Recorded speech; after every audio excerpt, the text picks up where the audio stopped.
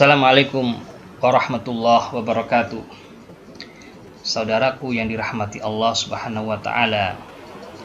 Banyak di antara kita yang hidup dengan kecemasan. Takut miskin, takut gagal, takut ditinggalkan, atau takut menghadapi masa depan yang belum pasti. Padahal setiap detik kehidupan ini berada di bawah kendali Allah Subhanahu wa taala yang maha mengetahui dan maha menyayangi hambanya. Kecemasan yang berlebihan seringkali bukan karena keadaan, tetapi karena buruk sangka kepada Allah Subhanahu wa taala.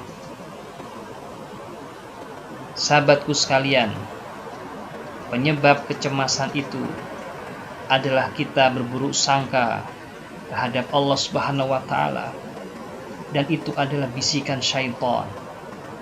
Allah Subhanahu wa taala berfirman di dalam surat Al-Fat ayat 6, wa yu'adzibal munafiqina wal munafiqati wal musyrikina wal musyrikati dhannina billahi dhanna saw, yang artinya, dan supaya dia mengazab orang-orang munafik dan orang-orang musyrik yang berprasangka buruk terhadap Allah Subhanahu wa taala.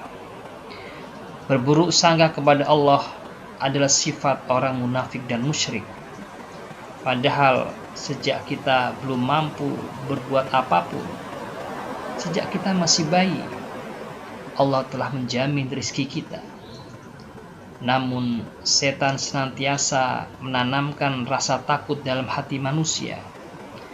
Allah Subhanahu wa taala berfirman, memperingatkan, asyaitanu ya'idukumul faqra wa ya'murukum bil fahsya. Setan menakut-nakuti kalian dengan kemiskinan dan menyuruh kalian berbuat keji. Surat Al-Baqarah ayat 268. Setan menakut-nakuti kita dengan masa depan, seolah-olah Allah tidak akan mencukupi kita. Padahal di akhir ayat ini Allah menegaskan, wallahu ya'idukum maghfiratan minhu wa fadla. Sedangkan Allah menjanjikan untuk kalian ampunan dan karunia. Sahabatku sekalian, ketahuilah bahwa ketenangan hati datang dari zikir dan tawakal. Ibnu Aun rahimahullah berkata, zikrun nasi da wa zikrullahi dawa, yang artinya, kata Ibnu Aun rahimahullah, mengingat manusia itu adalah penyakit dan mengingat Allah Subhanahu wa taala adalah obatnya.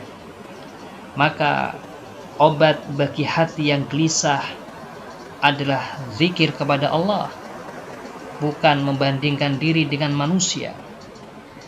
Allah berjanji dalam surat At-Talaq ayat 2 dan 3, wa may yattaqillaha yaj'al lahu makhraja wa yarzuqhu min haitsu la yahtasib. Barang siapa yang bertakwa kepada Allah, niscaya dia akan mengadakan baginya jalan keluar dan memberinya rizki dari arah yang tidak disangka-sangka. Allah Subhanahu wa taala juga berfirman, wa may yatawakkal 'alallahi fahuwa hasbuh. Barang siapa yang bertawakal kepada Allah Subhanahu wa taala, maka Allah akan mencukupinya. Di dalam surat At-Talaq ayat 3. Sahabatku sekalian, maka hilangkan prasangka buruk dan gantikan dengan tawakal dan yakin bahwa Allah Subhanahu wa taala tidak akan pernah mengingkari janjinya.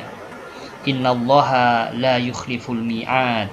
Sungguhnya Allah Subhanahu wa taala tidak pernah menyalahi janji. Sahabatku sekalian, ketahuilah bahwa setiap ujian dan kesedihan itu merupakan ampunan dari Allah Subhanahu wa taala. Nabi kita Shallallahu alaihi wasallam bersabda, tidaklah seorang muslim ditimpa kelelahan, kesedihan, galau, bahkan duri yang menusuknya, kecuali Allah Subhanahu wa taala akan menghapus sebagian dosa-dosanya. Hadis riwayat Bukhari. Sahabatku, kesedihan dan kecemasan bukan tanda Allah membenci kita. Bukan. Justru itulah saat Allah Subhanahu wa taala ingin membersihkan dosa dan mendekatkan kita kepadanya. Allah berfirman kepada Nabi Muhammad sallallahu alaihi wasallam, "Wasabbih bihamdi rabbika wa kum minas sajidin."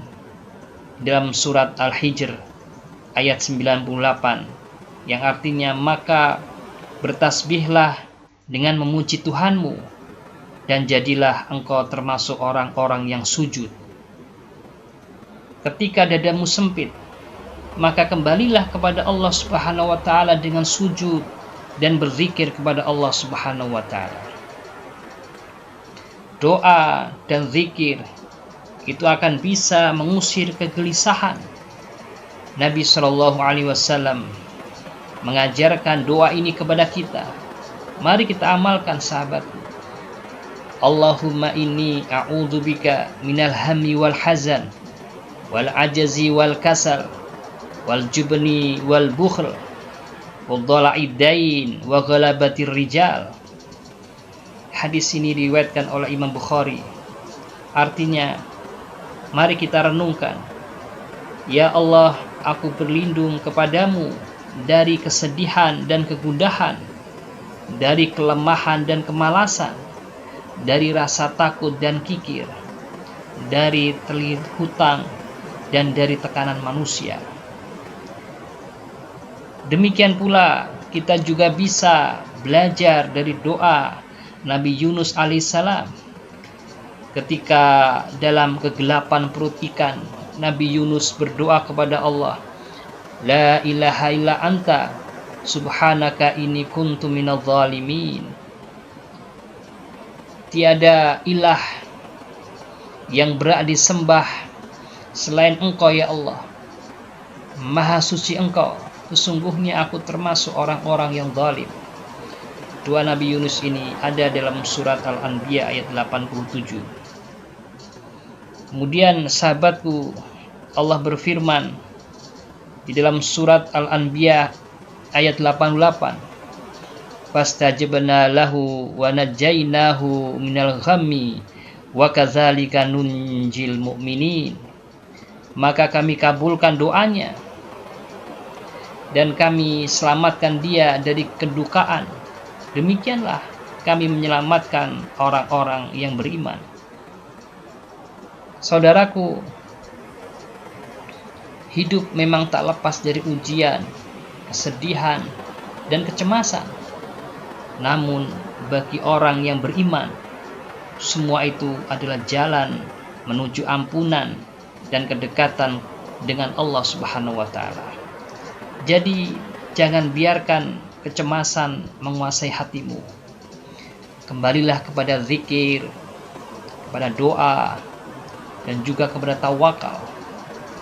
Karena ketenangan hati, karena ketenangan sejati hanya ada dalam mengingat Allah Subhanahu wa taala. Allah berfirman dalam surat Ar-Ra'd ayat 28, ala bidzikrillahi tatmainnul qulub. Ingatlah, hanya dengan mengingat Allah hati menjadi tenang.